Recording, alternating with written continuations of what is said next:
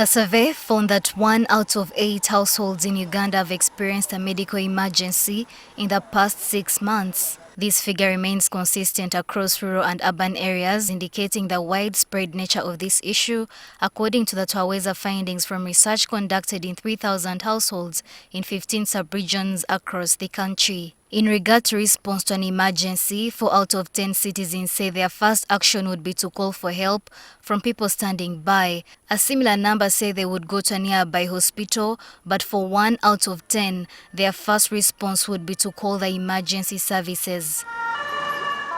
The figures are not that different from the responses of what one would do if a member of their household needed emergency services. The study indicates that 7% drove to health facility, 5% walked to the health facility, and only 1% called an ambulance. As per the findings, Ugandans may be more inclined to visit health centers or call for support from those around them because they do not know what else they can do. For example, only 2 out of 10 people know of any ambulance that can be called to their area. We see that about 19% of Ugandans say that they know of an ambulance that can be called to their location or to their village.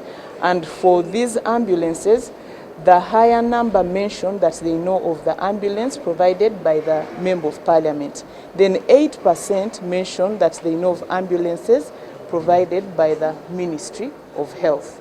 47% of citizens rate responses at the scene of emergencies as poor, and 52% are dissatisfied with ambulance services. Moreover, the average waiting time for emergency care is 43 minutes, and this rises to 51 minutes in rural areas.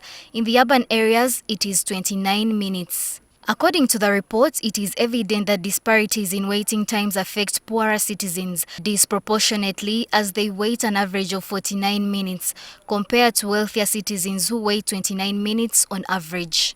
Now that is something that is very worrying, because in case somebody needs immediate assistance, 43 minutes is too long. Stakeholders want the government to establish and equip regional call and dispatch centers while ensuring that the capacity of health workers is sufficient. We now have zoning of command and dispatch centers for accidents. Instead of having one central command center in Kampala, we're going to have it at 17 zonal levels. Twaweza recommends that ambulances should be inspected and certified by government to maintain high standards. The Ministry of Health has acknowledged that strides have been made in the emergency service system, but there are gaps that need to be addressed. We have inadequate capacity, for example, in facilities, and then we also have challenges with ambulances that are not well equipped. Then we have